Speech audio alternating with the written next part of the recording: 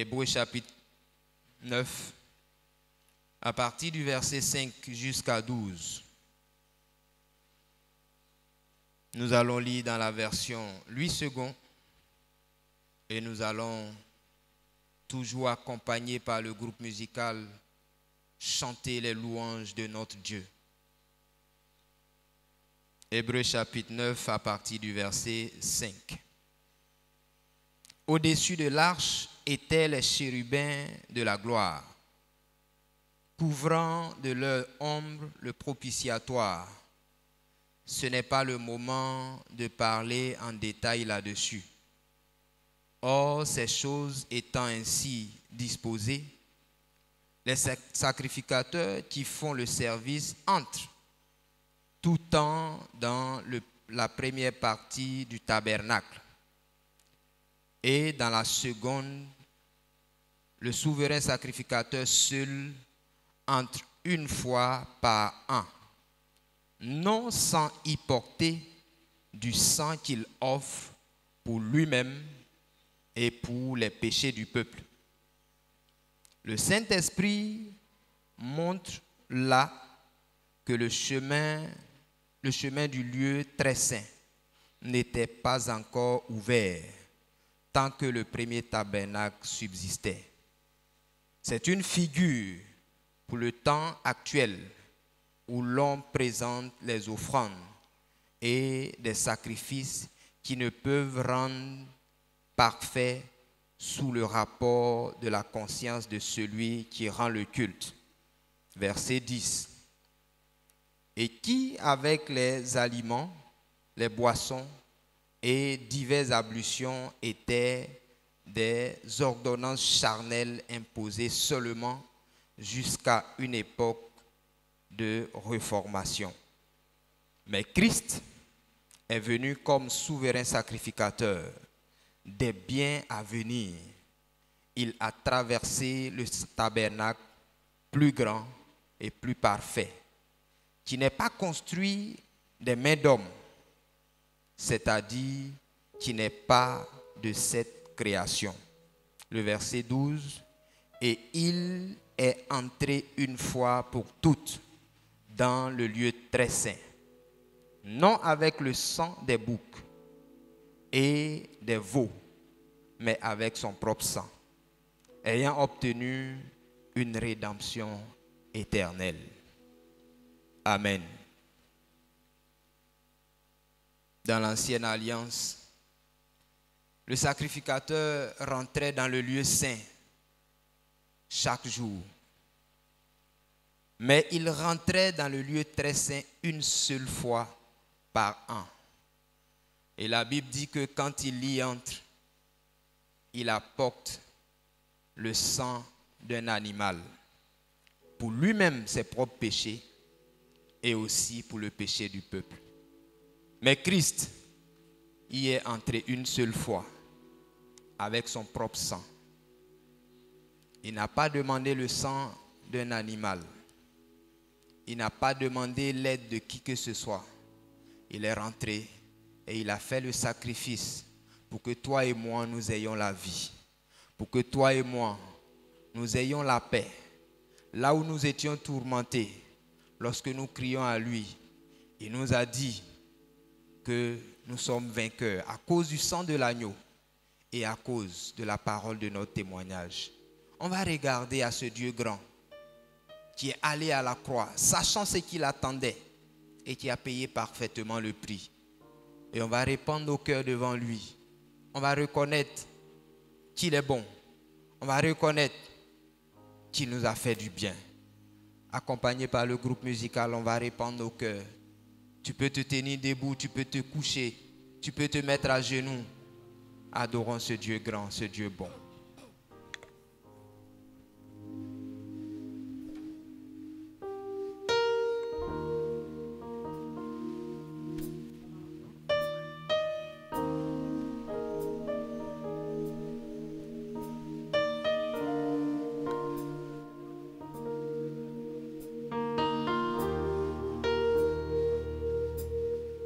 À l'agneau sur Sois la louange à jamais. Sois la puissance et la gloire. Sois la force, la majesté. Fils de Dieu, Fils de l'homme, tu devins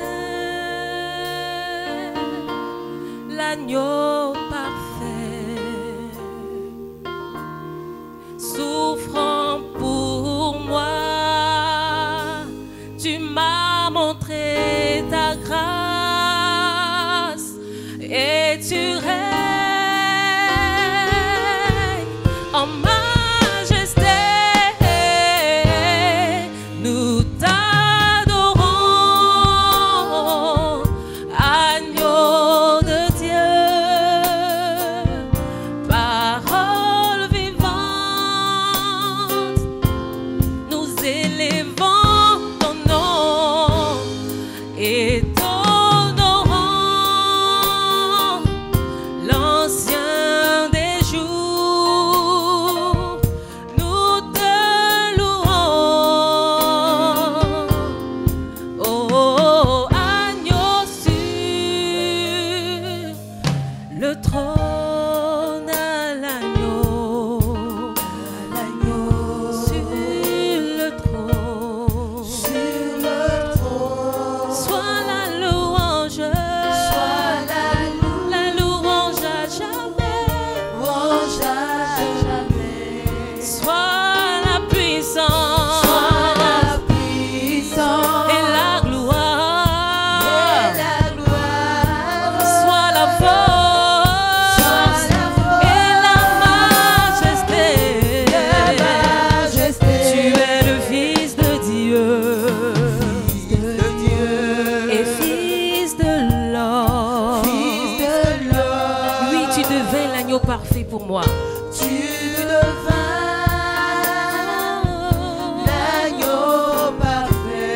Souffrant pour moi, tu m'as montré ta grâce et tu règnes en majesté. Nous t'adorons, agneau de Dieu,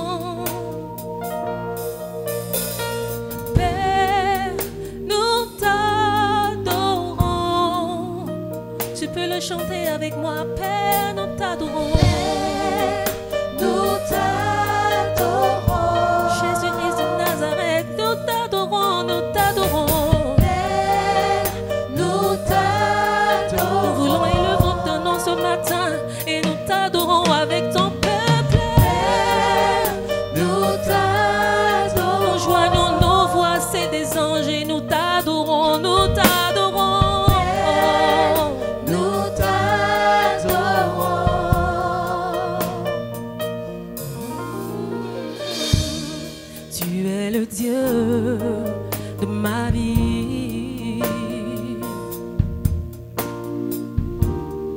En toi j'ai trouvé le salut.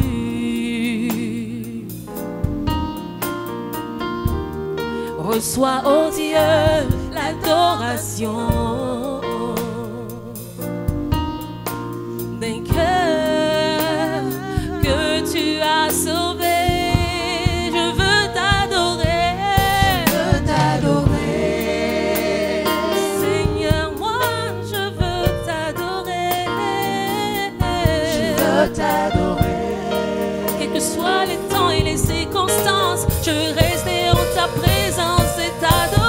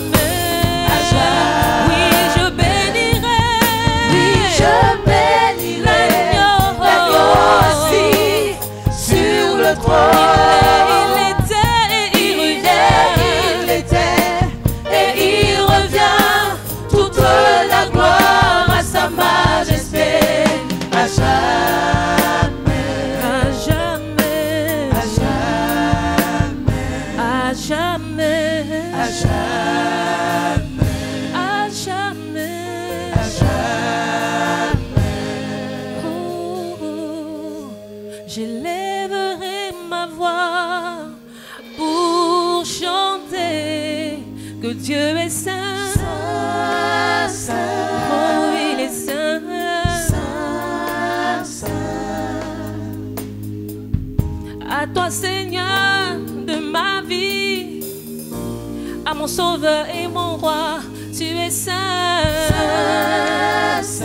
oui tu es saint, Saint, oui je bénirai, oui je bénirai l'agneau assis sur le trône. il était et il revient, Et il revient toute la toute la gloire à sa à majesté. jamais, À jamais, à jamais, à jamais, à jamais, à jamais, à jamais, à jamais.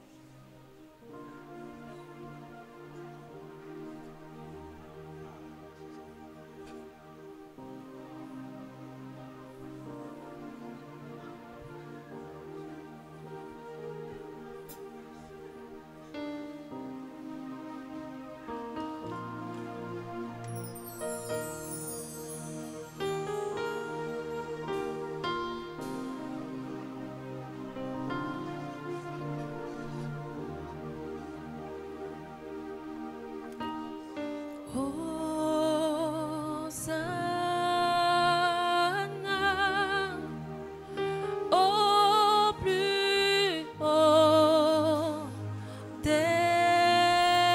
cieux, que notre roi soit glorifié.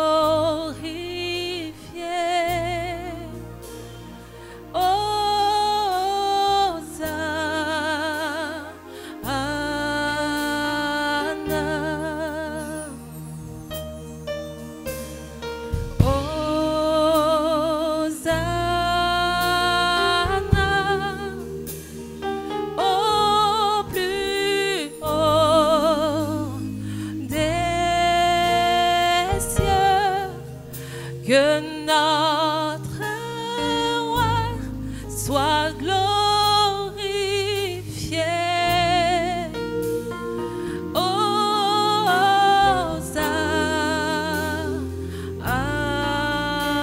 Hosanna, nous chantons Hosanna.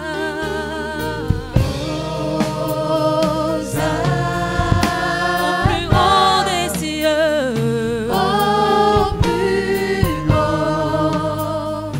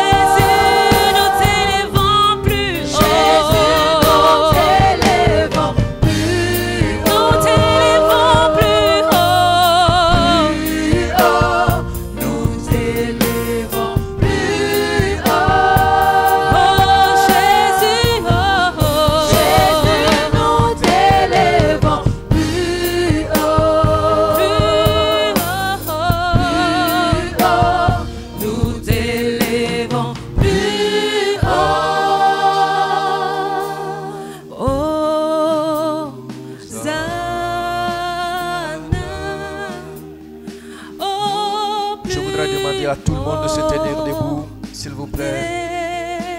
Précieux, que notre roi soit glorifié. Hosanna,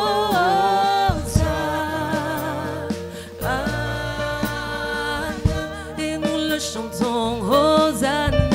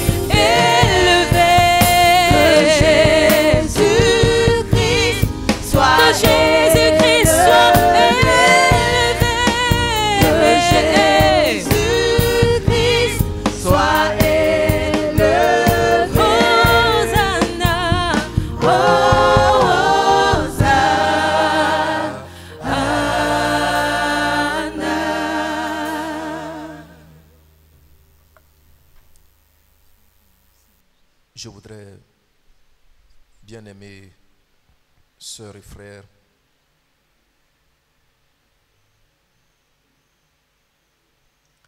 vous inviter à considérer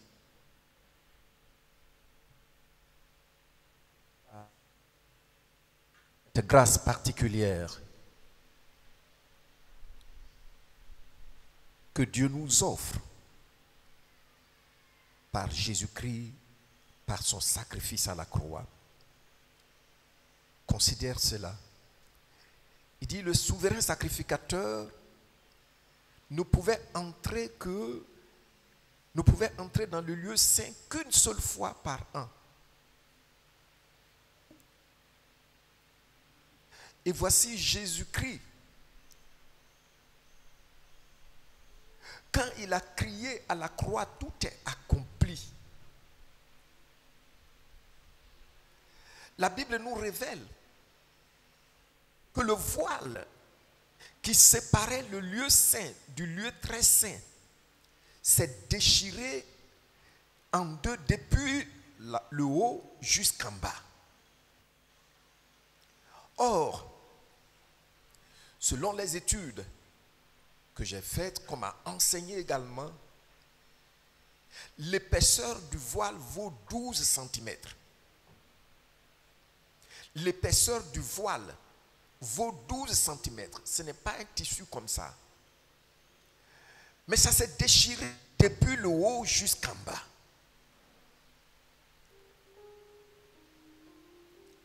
Et les chérubins qui étaient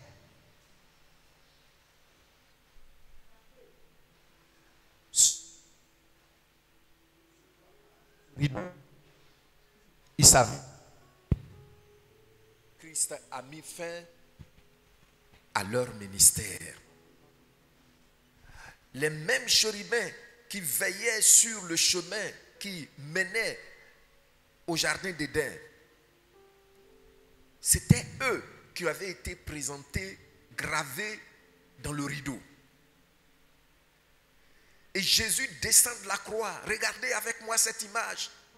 Saisissez cette vision. Le Seigneur Jésus descend de la croix après avoir recueilli son propre sang. Et il entre dans le temple. Et nous, les autres nations qu'on appelait les païens, nous, on était derrière la clôture. Et nous l'avons vu et nous avons cru en lui. Et nous l'avons suivi. Regardez ces pieds qui ont été cloués. Chaque pas laissait le sang et nous mettions, nous, à notre tour, nos pas dans ces pas. Le voilà devant, oui, ce rideau de 12 cm d'épaisseur que rien ne pouvait déchirer sinon expressement avec un couteau. Même certains chercheurs disent que ce rideau, pour le déchirer, il fallait 12 taureaux d'une part et d'une autre qui tirent pour que le rideau soit déchiré. Mais Jésus-Christ se présente devant le rideau et comme c'était les chérubins qui gardaient la voie du lieu saint, il a mis fin à leur ministère, ils se sont prosternés, ils se sont retirés. Jésus entre et nous à sa suite devant la gloire du roi des rois. Bien-aimés, et la Bible dit, par son sang, il a inauguré cette route nouvelle et vivante pour toi et pour moi. Regardez ça. Nous, à sa suite, nous, on n'est même pas venus dans la salle des hommes. Parce qu'il y avait une salle des hommes, il y avait une salle des femmes. Mais on a traversé tout cela, même on a traversé le lieu saint. À la suite de notre Seigneur, chacun de ses pas laissait le sang et nous mettions nos pas là-dedans. Et nous voici devant le trône.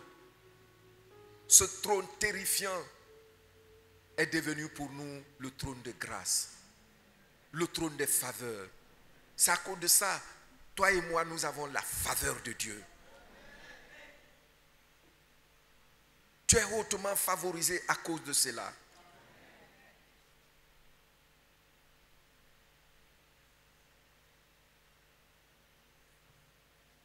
Désormais,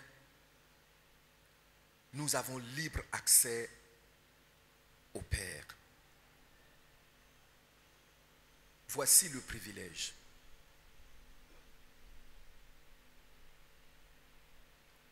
Et le Père s'est levé, il a agréé le sacrifice de son Fils, son sang qu'il a apporté.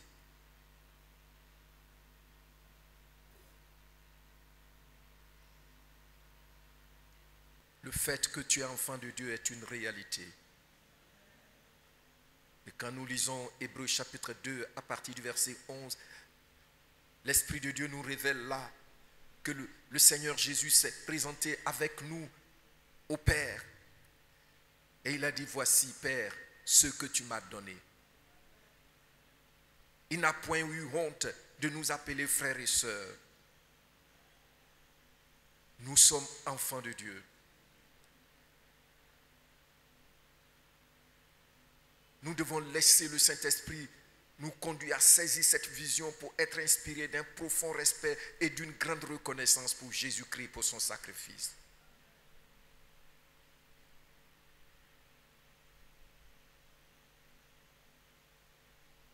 Saisis cette vision. Le Saint-Esprit veut ce matin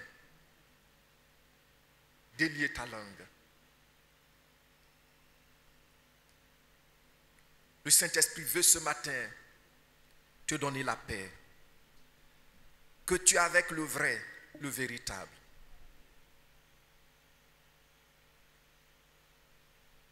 Le Saint-Esprit veut ce matin que tu aies des racines dans ta conviction que Jésus-Christ est vraiment celui qui nous a connectés avec le Créateur. Tu ne t'es pas trompé avec lui. Regarde, nous sommes à sa suite. Si le Père nous demande, quand nous partons prier, en vertu de quoi tu t'adresses à moi, ce que je sais, nous disons, c'est à cause de Jésus-Christ, ton Fils. C'est pourquoi nous prions, quand nous prions, nous disons à la fin, au nom du Seigneur Jésus. Nous sommes en train de dire au Père, c'est par Jésus-Christ que je m'approche de toi. C'est grâce à Jésus-Christ que je suis venu devant toi. Tu es le Dieu qui est, qui était et qui revient. Nous levons tous nos mains. Chante avec ferveur, chante avec amour, chante avec reconnaissance. Nous sommes dans sa présence. On n'est plus derrière la clôture. Même dans ta chambre, tu n'es plus derrière la clôture. Même au marché, tu n'es plus derrière la clôture. Tu lèves les mains. Quand on dit de lever les mains, s'il te plaît, il faut lever les mains. Touche le trône. Tu es le Dieu qui était, qui vient. Jésus, Jésus.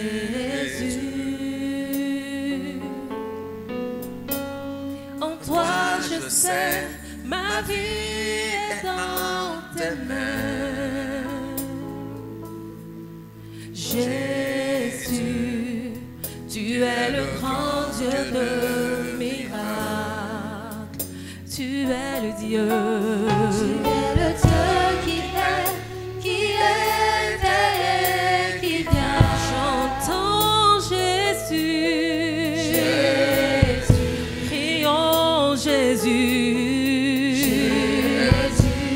Oh, en toi, moi je sais. En toi je sais, ma vie est dans tes mains. Oh Jésus. Jésus. Tu es le grand Dieu. Tu es le grand Dieu de miracles. Tu es le Dieu. Tu es le Dieu qui était et qui vient. Chantons Jésus. Jésus. Appelons Jésus. Jésus. Oh, en toi, moi je sais. Je sais que ma vie est en tes mains. Jésus. Jésus. Tu es le grand Dieu. Tu es Yahweh. Tu es Yahweh. Tu es Yahweh. Oui, tu es Yahweh.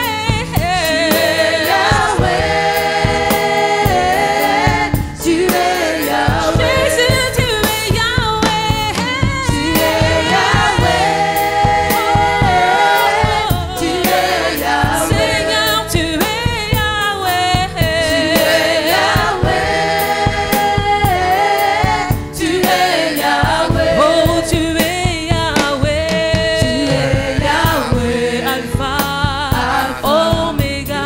Tu es Yahweh. Tu es Yahweh. Alpha, Oméga. Tu es Yahweh. Tu es Yahweh. Tu es Yahweh. Oui, tu es Yahweh. Tu es Yahweh. Tu es Yahweh. Seigneur, tu es mon roi. Tu es mon roi. Tu es mon roi. Tu es mon roi. Jésus, tu es mon roi. Et je me prosterne à tes pieds. Tu es mon roi. Oh, tu es mon roi. Tu es mon roi. Alpha, Oméga. Tu es mon roi. Tu es mon roi. Alpha et Oméga. Oui, je t'appartiens. Je t'appartiens. Jésus, je t'appartiens. Oh, je t'appartiens. Je t'appartiens. Prends-moi, Seigneur. Jésus, je t'appartiens. Oui, je t'appartiens. Je t'appartiens. Jésus, je t'appartiens. Oh, je t'appartiens. Je t'appartiens. Alpha et Oméga. Je t'appartiens. Je t'appartiens. Alpha et Oméga.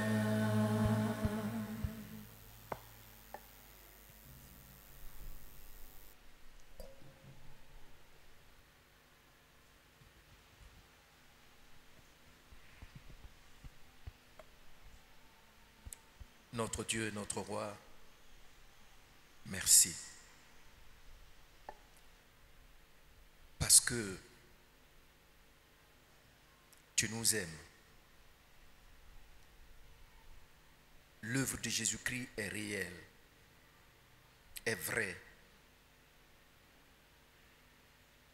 Nous savons que ce n'est pas des fables habilement conçues qui nous ont été racontées ou écrites dans un livre. C'est la réalité divine. Merci, parce que nous aussi, nous avons, Père, libre accès à ton trône. Parce que ton Fils est descendu et il s'est donné à toi. Et parce qu'on croit en lui, il nous a introduits dans ta glorieuse présence. Pas une fois par an, mais pour chaque jour de nos vies. Dieu des cieux, gloire à toi. Seigneur Jésus-Christ, notre roi, tu nous inspires une grande reconnaissance pour toi. Tu nous inspires, Seigneur Jésus-Christ, un grand respect pour ton sang. Ton sacrifice est parfait. Effectivement, tout est accompli. Seigneur, tu es entré dans le temple, tu es allé directement au lieu très saint et nous, à ta suite, les démons de nos pères, les alliances scellées, Seigneur, depuis des siècles par moments même avec le sang humain, les chaînes de ces alliances n'ont pas pu nous retenir derrière le mur de Soreg. Ces chaînes étaient tombées d'elles-mêmes quand tu es venu. Et nous avons couru, nous sommes entrés à ta suite. Et aujourd'hui, nous pouvons dire au Père, Père, nous voici devant ta grâce, devant ton trône de grâce, grâce à Jésus-Christ, notre Seigneur. Merci infiniment. Merci de ce que, Père, par ton esprit, tu donnes l'assurance à chacun de nous que nous ne sommes pas des comédiens parce qu'un prix a été effectivement payé. Parce qu'un travail de fond a été effectivement accompli par Jésus-Christ, notre divin propriétaire. Et nous en sommes conscients. Merci. Merci. Merci, Père. Merci, Saint-Esprit. Merci, Jésus-Christ, le crucifié, le ressuscité, le vivant, le tout-puissant. Nous sommes contents de t'appartenir. Nous t'aimons. Gloire à toi. Dieu souverain. Gloire à toi. Toi qui as gravé nos noms dans la paume de ta main, que jamais personne d'autre ne pourra effacer. Et dont le sang continue de parler à chaque instant en notre faveur, pour nous relever de nos chutes, pour nous consoler, pour donner de la clarté à nos yeux et à nos pensées. Gloire à toi, Père Tout-Puissant. Merci infiniment pour toutes les dispositions que tu as prises pour que nous ne soyons pas à la risée de l'ennemi de nos âmes. Tu nous as libérés et nous sommes libres. Et nous avançons avec toi. Merci, Père, au nom de Jésus-Christ. Amen. Les ténèbres ont reculé devant l'œuvre de la croix, devant l'agneau immolé qui s'est sacrifié pour moi. Les ténèbres ont reculé devant l'œuvre de la croix, devant l'agneau s'est sacrifié pour moi. Que le faible, dit je suis fort. que le pauvre, dise je suis riche. que l'aveugle dise oui je vois ce que Dieu a fait pour moi. que le faible, dise je suis fort. que le pauvre, dise je suis riche. que l'aveugle dise oui je vois ce que Dieu a fait pour moi. que le faible, dise je suis fort. que le pauvre, dise je suis riche. Que l'aveugle dise oui je vois ce que Dieu a fait pour moi. Hosanna, Hosanna, à l'agneau immolé. Hosanna, Hosanna, Jésus est ressuscité. Hosanna, Hosanna, à l'agneau immolé. Hosanna, Hosanna, Jésus est ressuscité. Hosanna, Hosanna, Hosanna, à l'agneau immolé. Hosanna, Hosanna, Jésus est ressuscité. Jésus est ressuscité. Jésus est ressuscité. Jésus est ressuscité. Jésus est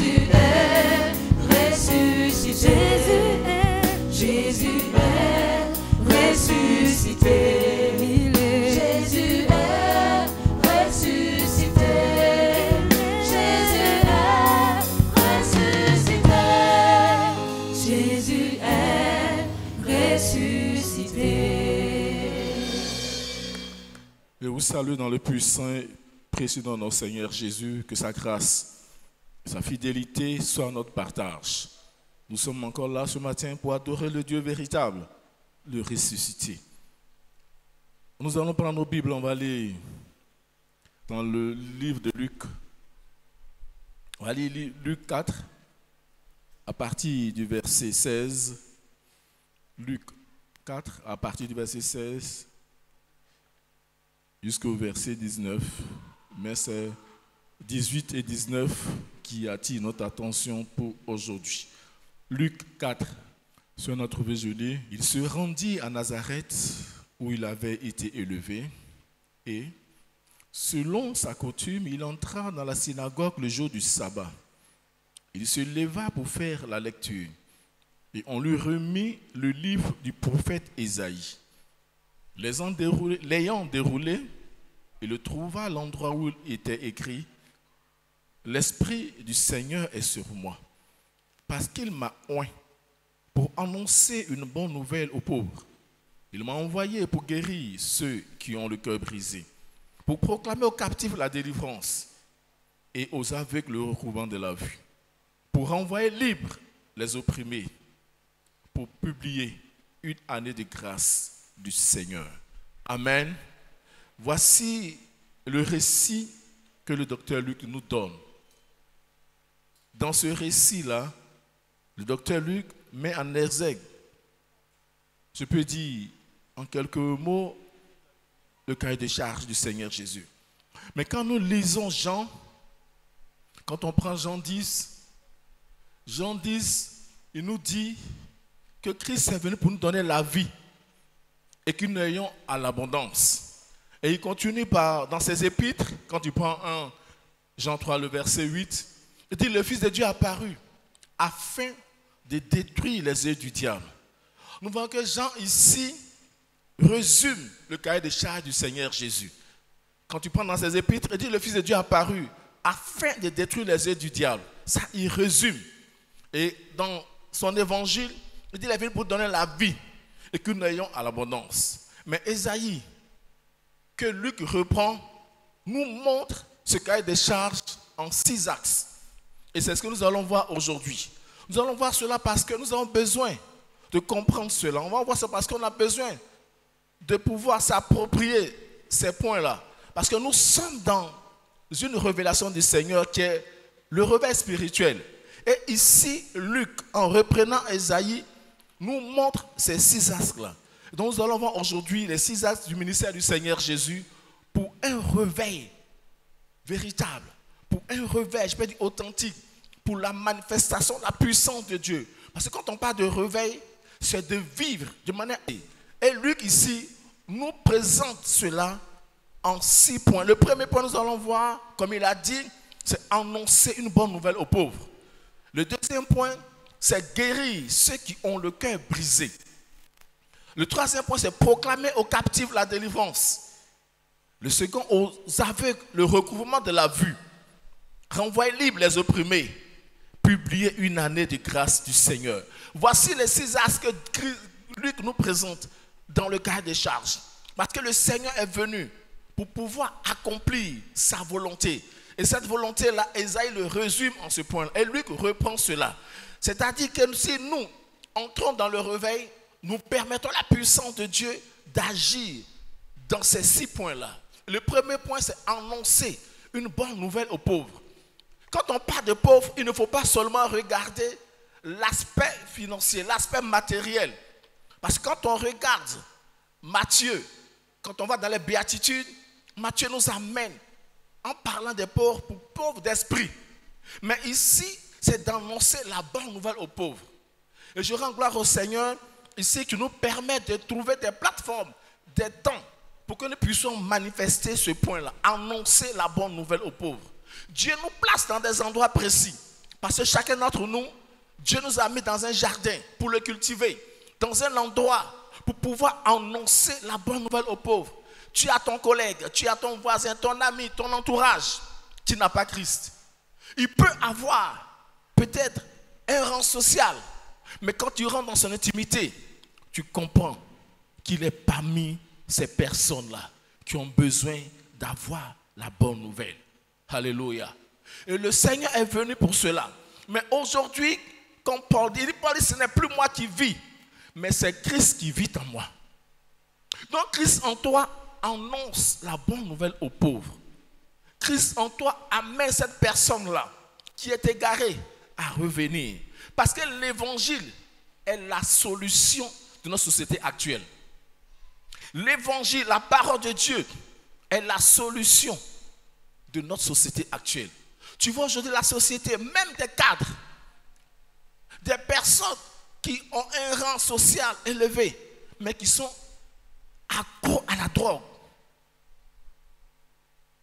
Des personnes, des rangs élevés, quelquefois même on dit les ministres, mais c'est un drogué patenté. Voici ce pauvre-là qui a besoin de l'évangile. Ton ami, ton collègue, ton collaborateur, et que sais-je encore, ces personnes-là ont besoin de recevoir l'évangile.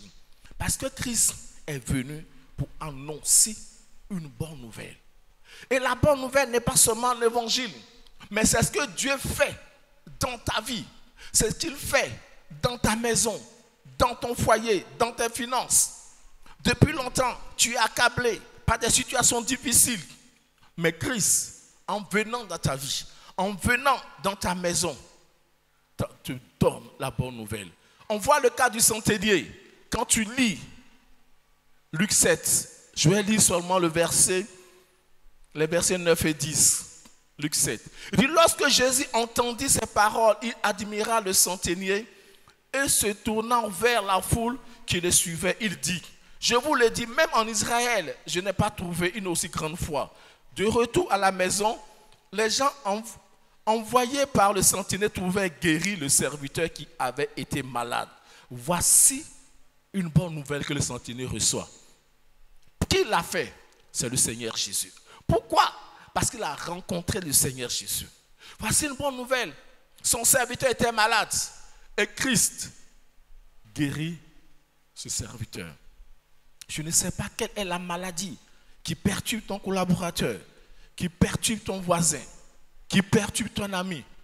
Mais lorsque tu permets cette rencontre divine-là, Christ entrant dans sa vie, comme Jean l'a dit, il est venu pour nous donner la vie et la vie en abondance. Alléluia. Et Jean continue pour dire que Christ est venu afin de détruire les œuvres du diable. Mais c'est lorsque tu annonces l'évangile que Christ entre dans la vie de cette personne-là. Et la personne expérimente cela. Et c'est ça la bonne nouvelle. Et Dieu nous donne des opportunités. Et je voudrais profiter pour dire le 21, le 22 et le 23, ce sont des temps que Dieu nous donne pour être un instrument de Dieu, pour annoncer la bonne nouvelle aux autres. Alléluia. Et ça nous amène à réfléchir. Et je profite pour nous rappeler que le 25 juin, chacun va faire son bilan. Depuis l'année passée jusqu'à ce jour, est-ce que j'ai pu annoncer la bonne nouvelle à quelqu'un, à une seule personne? Parce que lorsque nous calculons mathématiquement, si nous sommes 200 membres, après 2 ans, si une personne envoie une autre personne, logiquement, ce sera 400. Est-ce que dans ce réveil-là, tu es dans la voie du Seigneur en annonçant la bonne nouvelle aux pauvres? Est-ce que tu l'as déjà fait? Et comme une fois l'évangile Diaka nous a dit ici, est-ce que tu as gardé ce secret-là, ce médicament-là pour toi seul? Non, ne gardons pas ce médicament pour nous seuls. Partageons cela aux autres. Partageons cela à notre ami, même aux personnes que nous ne connaissons pas. Parce que notre Dieu, il est le chemin, la vérité et la vie. Et la société a besoin du Seigneur. Quand tu regardes aujourd'hui ce qui se passe, tu ne peux que dire que la clé de ces mots, c'est Christ. Alléluia. Donc je vais vraiment nous inviter à être cet instrument-là, en entrant dans le réveil, à annoncer la bonne nouvelle aux pauvres. Alléluia. Le deuxième point que Luc nous donne, en répétant Ésaïe, en lisant Ésaïe, en parlant d'Ésaïe, c'est guérir ceux qui ont le cœur brisé. Alléluia. Oui, notre Dieu est venu pour guérir ceux qui ont le cœur brisé. Qu'est-ce qui te brise le cœur? Quelle nouvelle qui te perturbe? Quelle situation qui te trouble? Le Seigneur nous dit dans Matthieu 11, verset 28, il dit, venez à moi, vous tous qui êtes fatigués, chargés, je vous donne le repos. Qu'est-ce qui te charge? Qu'est-ce qui t'accable pour que tu aies le cœur brisé? Isaïe nous dit, il guérit les cœurs brisés. Et le Seigneur est venu pour cela. Tu traverses une situation difficile. Tu ne peux pas t'en sortir de toi-même. Parce que tu es conscient que celui qui est en face de toi là, sa réputation au village, et celui qui te dit qu'il va te nuire, et tu es brisé, tu es perturbé, tu es traumatisé, ou tu as eu un songe, ou tu as vu cet homme fort, ce cèdre de ton entourage, de ta famille, qui te dit de manière menaçante que tu ne peux pas avancer. C'est vrai, tu m'as échappé, tu as eu ton diplôme, mais tu ne vas pas travailler. C'est vrai, tu m'as échappé, tu t'es marié, mais tu ne vas pas avoir d'enfant. Et pour ce que tu as vu, le cœur est brisé. Où tu vois certaines choses dans ton environnement et ton cœur est brisé. Mais dans ce réveil-là, en s'appropriant ce réveil, comme je l'ai dit, et je le répète, en étant un acteur de ce réveil-là, tu permets à Dieu d'accomplir cet aspect de son cahier des charges, guérir le cœur brisé. Parce que personne ne peut avoir la vie si son cœur est brisé. Personne ne peut avoir la vie en abondance si ton cœur est malade. Personne ne peut avoir la vie si toi-même, physiquement, tu te sens malade. Parce que ton cœur est brisé. Parce que la nouvelle que tu entends n'est pas bonne. Parce que ce que tu vois n'est pas bon. Parce que tu vois que tu ne peux pas voir de l'autre côté. Parce qu'il y a une montagne devant toi qui t'empêche à voir derrière. Mais le Seigneur dit, ce qui te brise le cœur là, il va te guérir. Pourquoi? Parce qu'il est venu afin de détruire les œuvres du diable. Alléluia. C'est ça que Christ est venu faire. Mais en entrant dans le réveil, tu es en train de dire au Seigneur, guéris mon cœur brisé. Fais ton œuvre. Or la Bible dit, il fait tout à merveille. Alléluia. Il fait tout à merveille. Et Luc 1,37 nous dit, car rien n'est impossible à notre Dieu. Tu peux aller quelque part, on va te dire ton cas là, je ne peux pas. C'est lui qui l'a dit, parce qu'il ne peut vraiment pas. Il est limité. Mais notre Dieu, il dit, car rien ne lui est impossible. Ton cas n'est pas impossible à notre Dieu. Ce qui te brise le cœur, Christ est capable de te donner la solution. Parce qu'il est le chemin, la vérité et la vie. Alléluia. Parce qu'il est venu afin de détruire les œuvres du diable. Toute œuvre satanique qui te brise le cœur, toute œuvre démoniaque qui te brise le cœur, le Seigneur a la solution. Parce qu'il te dit dans Matthieu 11, 28, venez à moi, vous tous qui êtes fatigués et chargés, vous donnez le repos. Il dit vous tous. Il ne dit pas une seule catégorie de personnes. Il dit toute personne qui se sent fatigué d'une situation qui te brise le cœur, qui se sent vraiment perturbé, traumatisé, abusé, dirais-je, d'une situation, et ça te fatigue, et ça te charge, viens à donner le repos. Le repos, c'est la guérison. Le repos, c'est la restauration. Le repos, c'est la délivrance. Et il continue pour dire, dans ce troisième point que Luc nous donne, il dit proclamer aux captifs la délivrance. Proclamer aux captifs la délivrance. Proclamer aux captifs. Quand on lit Exode 3, nous voyons cette scène du peuple juif en captivité pendant des siècles. Et ils étaient tellement restés dans cette situation-là, à un moment donné, quand tu lis Exode, ils ont commencé à s'accommoder. Parce que pour eux, il n'y a plus d'espoir. Mais le Seigneur, il crie. Mais qui viendra les sauver? Oui, peut-être tu es en captivité. Peut-être tu vis des moments difficiles. Tu es conscient de cette puissance-là qui te perturbe. Tu es conscient que l'ennemi t'a enfermé. Tu es conscient que l'ennemi t'a mis en captivité d'une manière ou d'une autre. Mais ici, le Seigneur dit, il est venu pour proclamer aux captifs la délivrance. Et quand on lit Exode 3, on va lire versets 7 et 8. Après, on va lire verset 9. Il dit, l'Éternel dit, j'ai vu la souffrance de mon peuple qui est en Égypte.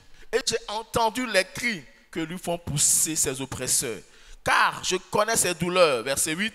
Je suis descendu pour le délivrer de la main des Égyptiens et pour le faire monter de ce pays dans un bon et vaste pays, dans un pays où coule le lait et le miel.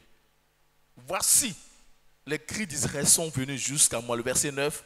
Et j'ai vu l'oppression que leur font souffrir les Égyptiens. Maintenant, va, je t'enverrai auprès de Pharaon et tu feras sortir d'Égypte ton peuple, les enfants d'Israël. Oui, Dieu ici envoie Moïse. Mais au travers Moïse, c'est Dieu qui est en train d'œuvrer. Parce que Moïse lui-même, il se connaît. Et il connaît la puissance de nuisance de Pharaon. Il connaît la puissance satanique de Pharaon. Il connaît la capacité de Pharaon. Quand tu lis Ézéchiel 29, Dieu appelle Pharaon grand crocodile. Parce qu'il utilisait cette puissance-là pour dompter, pour dominer et pour diriger tous ceux qui étaient dans son territoire. Et Moïse a vécu dans la maison royale. Il connaît cette puissance satanique-là que Pharaon utilise. Et c'est lui, Dieu envoie. Dieu envoie une personne qui se sent limitée pour dire, c'est vrai, c'est toi qui vas. Mais physiquement, c'est toi qui envoie. Mais spirituellement, c'est Dieu qui descend. C'est en cela Dieu dit, il est venu pour proclamer aux captifs la délivrance. Mais ici, on voit un point important dans cette délivrance-là. Il dit, il a entendu les cris. Quelle est ta position dans le réveil spirituel? Est-ce que tu cries à Dieu? Est-ce que tu es acteur du réveil? Et comme je l'ai dit, soyons acteurs pour vivre la puissance de Dieu. Et non seulement pour voir au travers des autres la puissance de Dieu. Parce que lorsque tu es acteur, tu es participant, bien-aimé, tu vis d'une manière authentique la puissance de Dieu. Moïse était un acteur. Moïse a accepté d'être cet instrument de Dieu là. pour ramener Israël à adorer Dieu totalement. Et on a vu la puissance de Dieu. Je ne sais pas ce que tu vis, mais ce que je sais, Dieu dit, et c'est la vérité, il est venu pour proclamer aux captifs la délivrance. Il est venu pour proclamer aux captifs la délivrance. Quel est l'aspect de ta vie que l'ennemi maintient en captivité? Quel est le secret de ta vie que Satan et ses démons maintiennent en captivité? Quel est l'aspect de ta vie que l'homme fort de ton environnement, de ta famille, maintient en captivité? Bien-aimé, en entrant dans cette vision du réveil-là, Christ vient pour te proclamer dans ce réveil la délivrance. Pour que ce qui est maintenu en captivité, Dieu ordonne la délivrance. Alléluia. Parce que c'est ce même Dieu-là qui a guéri Bartimée. C'est lui qui a libéré le fou de Gadara. C'est lui qui a guéri cette femme qui saignait depuis 12 ans. Cette femme qui avait vu, tu vois sa santé maintenue en captivité pendant 12 ans. L'ennemi a maintenu sa santé en captivité. Et elle prend conscience que la clé de sa délivrance est en Christ. De toi-même, tu te bats. Quelquefois, tu te débats. Parce que tu penses que par ta force, tu peux acquérir ces choses. Ou c'est pas ta force, tu es arrivé là où tu es. Non, ce n'est pas par ta force, mais c'est le Seigneur qui le fait. Et Dieu nous interpelle ici. Je ne sais pas qu'est-ce que l'ennemi a mis en captivité, mais le Seigneur dit, dans ce réveil-là, il est venu pour proclamer aux captifs la délivrance. Et quand Dieu nous montre quelque chose, Dieu nous invite à un chemin, c'est que c'est pour nous un moyen qu'il va utiliser pour la délivrance, pour nous exaucer. Parce que quand tu pries pour toi-même, tu pries pour l'église, tu pries pour d'autres sujets, le Seigneur crée une opportunité pour manifester sa puissance. Et dans ce réveil-là, Christ vient pour proclamer aux captifs la délivrance. C'est qui? Je ne sais pas. Quel aspect de ta vie? Je ne sais pas. Mais ce que je sais, la Bible nous dit dans Hébreu, il est le même hier, aujourd'hui, éternellement. Ce qu'il a fait pour Israël, il veut et il peut le faire encore. C'est vraiment important. Parce qu'on peut vouloir, mais ne pas pouvoir. Mais notre Dieu veut et il peut. Alléluia. Il veut proclamer aux captifs la délivrance et il peut le faire. Parce qu'il en a la puissance nécessaire de le faire. Parce que la Bible dit en son nom, tout genou fléchit dans le ciel, sur la terre, sous la terre. Aucune puissance ne peut résister devant notre Dieu. Oui, les démons qui avaient envoyé le fou de Gadara, quand ils ont vu Christ, ces démons ont fléchi chez nous. Parce que devant lui, tout genou fléchit. Devant notre Dieu, tout genou fléchit. Et Luc continue en répétant Isaïe au point 4. Il dit, proclamez aux aveugles, le recouvrement de la vue. Aux aveugles. Ici, on voit cela en 2 points. Il y a les premiers aveugles qu'on voit dans les rues, ceux qui ne voient pas physiquement. C'est-à-dire le cas de Bartimée. Et il y a un autre aspect des aveugles où je mets Saul, qui devient plus tard Paul. Bartimée était aveugle de manière physique, il ne voyait pas en réalité. Mais il a compris que lui, là où il est arrivé là, s'il veut la guérison, c'est Jésus. S'il veut être guéri, c'est Jésus. Et il comprend. Pour cela, qu'est-ce qu'il fait? Il crie pour que Dieu l'entende. Dieu le Père l'entende. Pour que le miracle soit effectif dans sa vie. Malgré les empêchements. Malgré les obstacles. Vous savez, une année, on était ici, puis il y avait la Coupe d'Afrique. On avait culte un vendredi. C'est là vraiment on a compris beaucoup de choses. La Côte d'Ivoire jouait ce jour-là, puis on avait culte. En tout cas, on a vu ceux qui étaient au culte ce jour-là. Et ça m'a rappelé ce qu'un enseignant, mon enseignant de physique-chimie en seconde disait. Il dit, il ne peut pas comprendre que les gens... C'était un Français. Hein? Il dit, il ne peut pas comprendre pourquoi en France, on prend un animal, on le tue, on prend sa peau, on met le vent dedans, et puis les gens crient pour ça. Lui, jusqu'aujourd'hui, n'a pas encore compris. Il dit, ah, enfin, je ne le comprenais pas avant, mais c'est maintenant que je le comprends. vent, on met ça dans le cuir, et puis tu vois des gens quelquefois qui vont se blesser. On n'est pas venu au culte ce jour-là. Parce que la chair d'un animal avec le vent, ça nous empêchait de venir. Et bien aimé, ici, Bartimée ne s'est pas laissé distraire par la Coupe d'Afrique ce jour-là. Bartimée ne s'est pas laissé distraire par quoi que ce soit. Il y avait des obstacles à tous les niveaux. Parce que c'est un mendiant. Oh, le maître est là, on doit le protéger. Mais Bartimée sait que s'il laisse passer Jésus ce jour-là, il va mourir aveugle. Donc il y a le temps, on nous enseigne ici la différence entre le kairos et le chronos. Dieu choisit ce temps précis pour nous parler du réveil. C'est un temps important pour nous. Dans ce chronos, il choisit ce kairos pour nous inviter au réveil. Pourquoi? Parce qu'il sait que c'est le médicament approprié au temps approprié. Alléluia. Il sait que c'est le médicament approprié au temps approprié. Parce que s'il envoie ça actuellement, il sait ce qui attend devant. Nous, on ne sait pas. Mais lorsque nous rentrons dans cette vision-là, nous anticipons, nous empêchons Satan de réaliser ce qu'il a prévu plus tard. Parce qu'étant dans le réveil, tu neutralises les puissances de Satan dans ton environnement, dans ta vie. Bartimée a compris cela. Il a franchi les obstacles. Et Bartimée a reçu sa guérison. Quand on lit Marc 10, verset 51, Jésus prenant la parole lui dit: que veux-tu que je te fasse, Rabouni? Lui répondit l'aveugle, que je recouvre la vue. Et Jésus lui dit: va, ta foi t'a sauvé.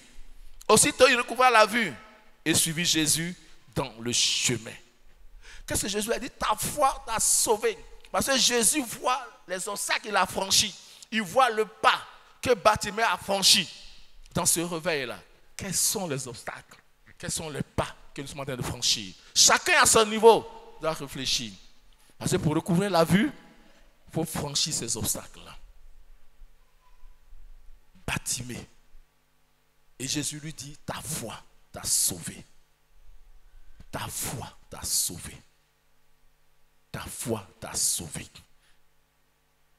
Bien-aimé, ça nous amène à réfléchir. Il y a des obstacles. Quelquefois, tu veux prier. Et c'est là le sommeil est doux. Quelquefois, tu veux jeûner. C'est là ton collègue t'invite à son anniversaire. Le jour où tu as décidé de jeûner là. C'est là il décide de faire son anniversaire à 11h. Et puis quand il te dit le nom de l'hôtel, tu vois que vraiment là-bas on prépare bien. Mais Dieu te dit jeûne. Fais comme Bartimée. Il faut franchir ces obstacles-là. Alléluia. Il ne faut pas que la pomme t'amène à être l'ami du serpent. Il ne faut pas que la nourriture arrive à te distraire. Oui, on dit ici, venez prier à 5h du matin. Il faut programmer ton réveil. Que tu te réveilles à l'heure qu'il faut pour venir. Parce que notre Dieu ne fait rien par hasard. On dit on a culte à 19h.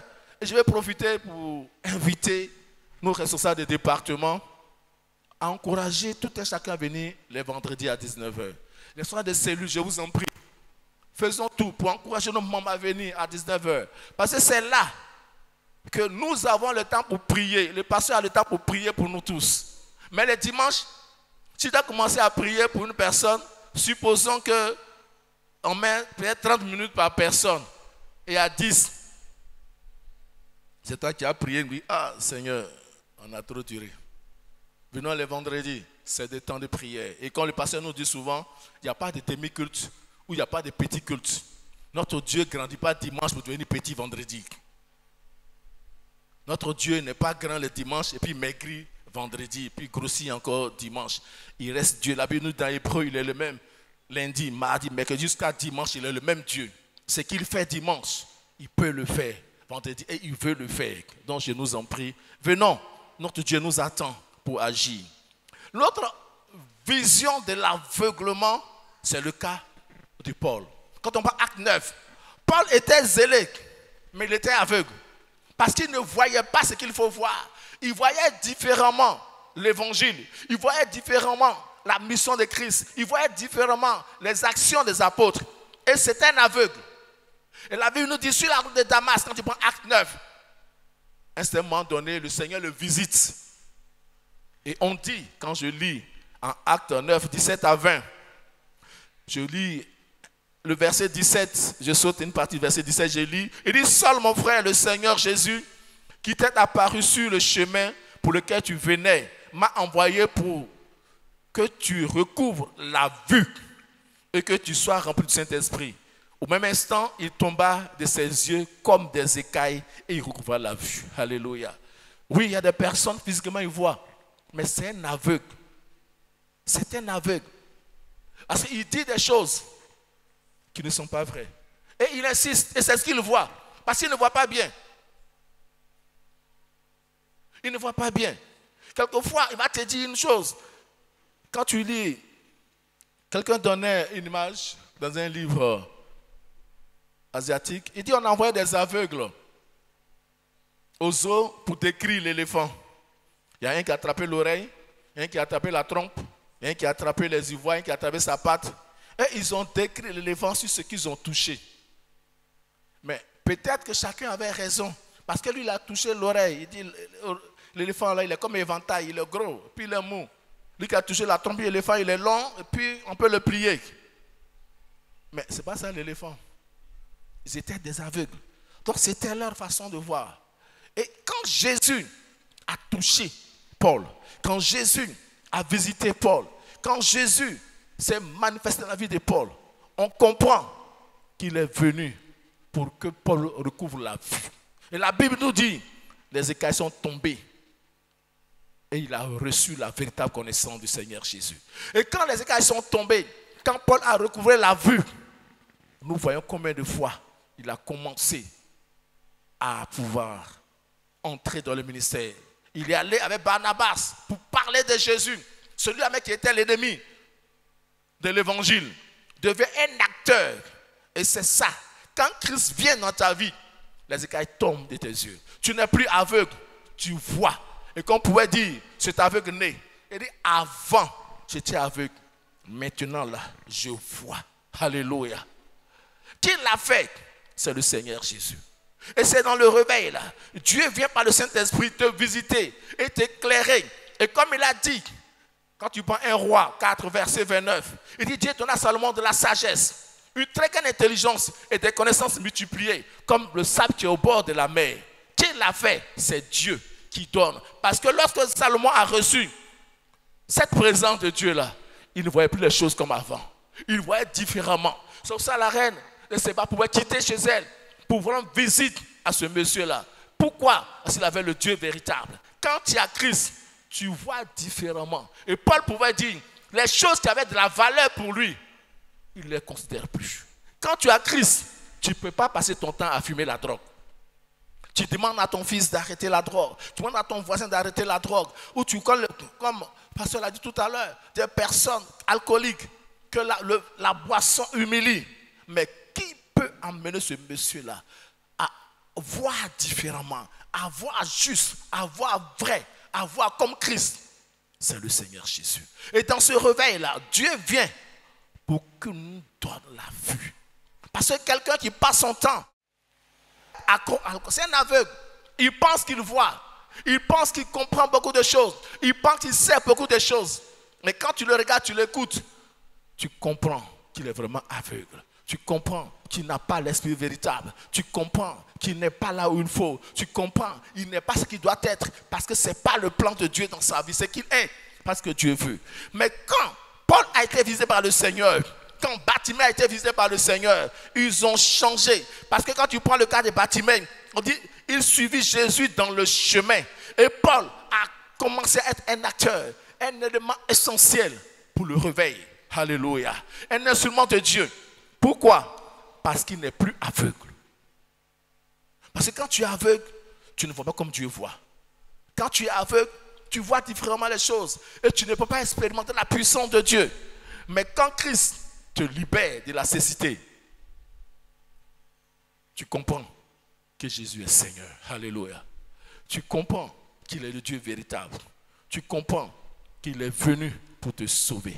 Tu comprends que toi, tu dois le servir. Parce que quand Paul a été guéri de la cécité, on dit qu'est-ce qu'il fait? Et aussitôt, quand tu prends le verset Et aussitôt, il prêcha dans les synagogues que Jésus est le Fils de Dieu.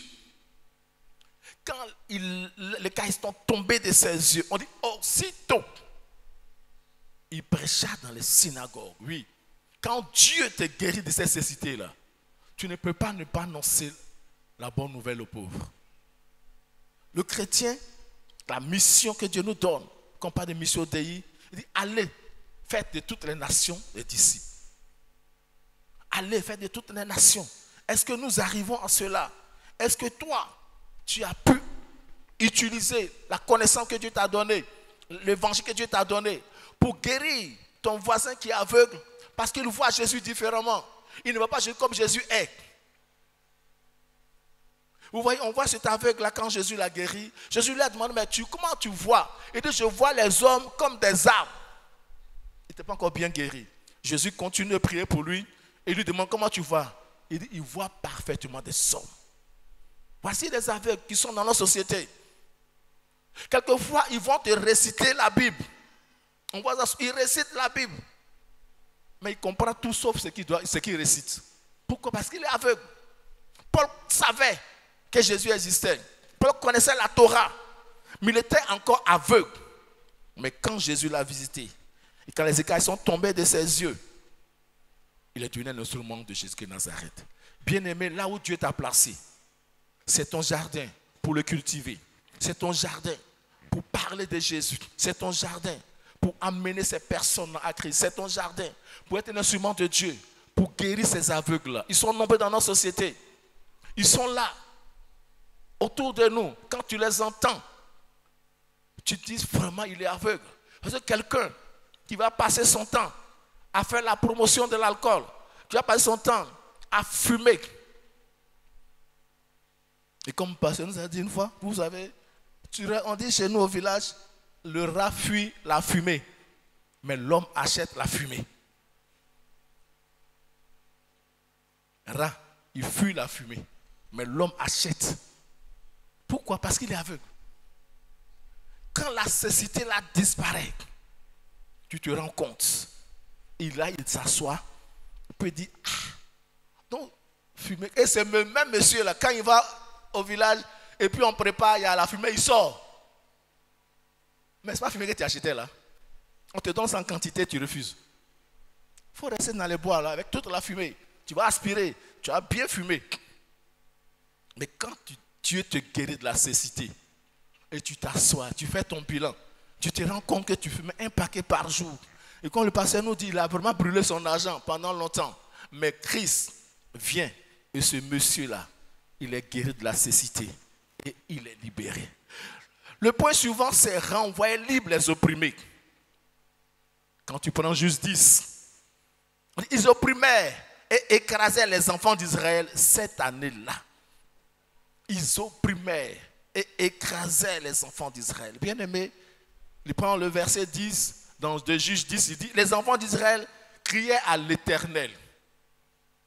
Bien aimé, tu es opprimé, tu es agacé par les œuvres du diable.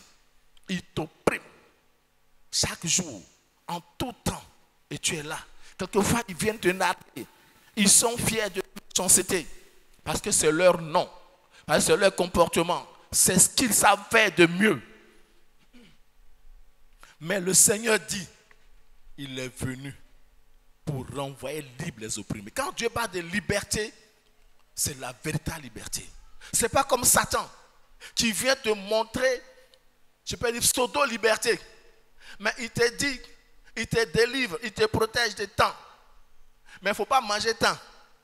Mais ça veut dire que c'est comme si tu te déplaces. Tu étais à la Maca, il t'enlève, il l'envoie dans une autre prison, à San Pedro. Tu dis, ah, je ne suis plus à la Maca, c'est vrai, mais tu es toujours en prison.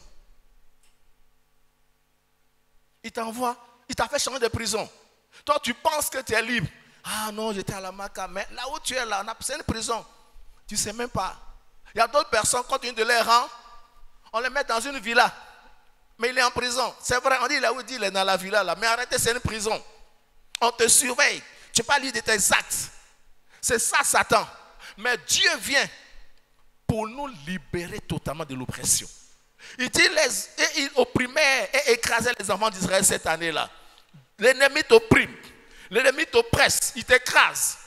Mais en rentrant dans le réveil, en acceptant le réveil, en étant un acteur du réveil, tu permets à Dieu de te renvoyer libre cette année. Alléluia.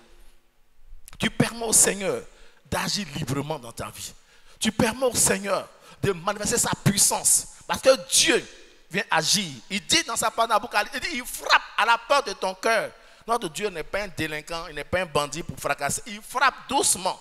C'est à toi d'ouvrir. C'est à toi d'ouvrir. Et c'est aussi à nous d'aider ceux qui sont ignorants à laisser Christ entrer en ouvrant la porte de leur cœur. C'est ça que Dieu veut qu'on fasse. Oui, ils ont été opprimés par l'entourage, par leurs voisins. Mais Dieu vient pour te libérer. Tu es oppressé, opprimé par quoi ou par qui? En rentrant dans le réveil, en laissant Dieu être Dieu dans ta vie, en laissant Dieu, Seigneur, agir pleinement dans ta vie, tu permets à la puissance de Dieu dans ce réveil-là de te libérer de l'oppression. Et le dernier point que nous allons voir, selon Luc qui revient sur Ésaïe, c'est publier une année de grâce du Seigneur. Publier une année de grâce du Seigneur. Oui, quand on lit les Saintes Écritures, la Bible dit dans Genèse 26, verset 12, on dit Isaac s'aima dans ce pays et il recueille cette année le centuple, car l'Éternel le bénit. Bien-aimé, comme j'ai dit tout à l'heure, Dieu étant dans le chronos, on doit choisir un kairos pour parler du réveil. Pour nous, on doit comprendre que c'est une année de grâce du Seigneur. C'est un temps de grâce du Seigneur parce que Dieu connaît le projet qu'il a pour nous. Et Dieu sait de quoi Satan est capable. Mais lui aussi, devant lui, Satan fléchit chez nous. Devant notre Dieu, Satan fléchit chez nous. Et Dieu vient dans ce réveil-là publier une année de grâce pour toi, pour moi. Dieu vient publier une année de grâce dans nos vies. Mais nous, notre part, c'est d'entrer dans ce réveil. Et comme il est dit dans l'Apocalypse, il frappe à la porte de ton cœur. Si tu ouvres, qu'est-ce qu'il fait? Il permettra que tu expérimentes cette année-là comme une année de grâce. Alléluia. Et c'est vraiment important pour nous, enfants de Dieu. Et il continue pour pouvoir agir dans nos vies. La grâce de Dieu est d'une grande importance pour toi et pour moi. Parce que ce n'est pas plus grâce. Quand nous vivons, ce n'est pas plus grâce. Nous marchons, ce n'est pas plus grâce. Nous mangeons, ce n'est pas plus grâce. Quand Dieu nous guérit, ce n'est pas plus grâce. On a besoin de la grâce de Dieu pour pouvoir marcher, avancer et prospérer à tous égards. Et Dieu dit, il souhaite que tu prospères à tous égards, comme prospère l'état de ton âme. Oui. Il dit l'état de ton âme. Mais qu'est-ce que ton âme a gardé? Si ton âme n'est pas en bon état, ton âme n'a fait que garder la pensée de Saul. Ce n'est pas évident que tu prospères à tous égards. Parce que selon l'état de ton âme, qu'est-ce que ton âme a gardé?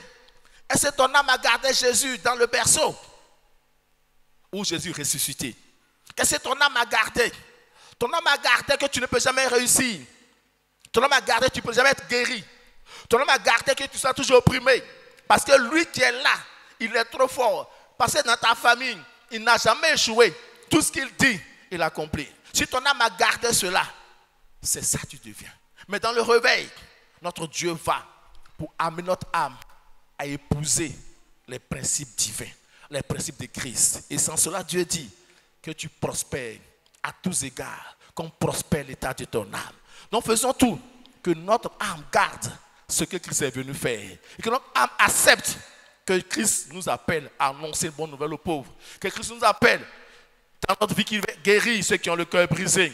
Proclamer aux captifs la délivrance, aux aveugles le commandement de la vue. Renvoie-lui les opprimés et publie une année de grâce. Quand ton âme garde cela, tu comprends quand Dieu te dit qu'il souhaite que tu prospères à tous égards, comme prospère l'état de ton âme. Que Dieu nous bénisse. Soit tu as prié pour toi-même devant nos seigneurs.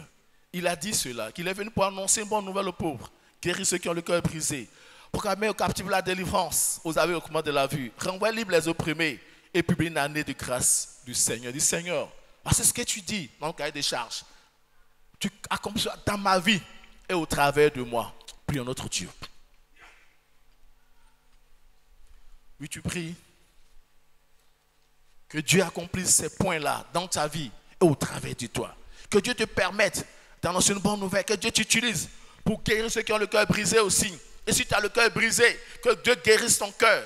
Et oui, si tu es en captivité, que Dieu te libère de la captivité. Ou si tu connais quelqu'un qui est en captivité, que Dieu t'utilise pour la délivrer de cette personne-là. Oui, si tu vois des personnes aveugles, que Dieu t'utilise pour leur donner la vue.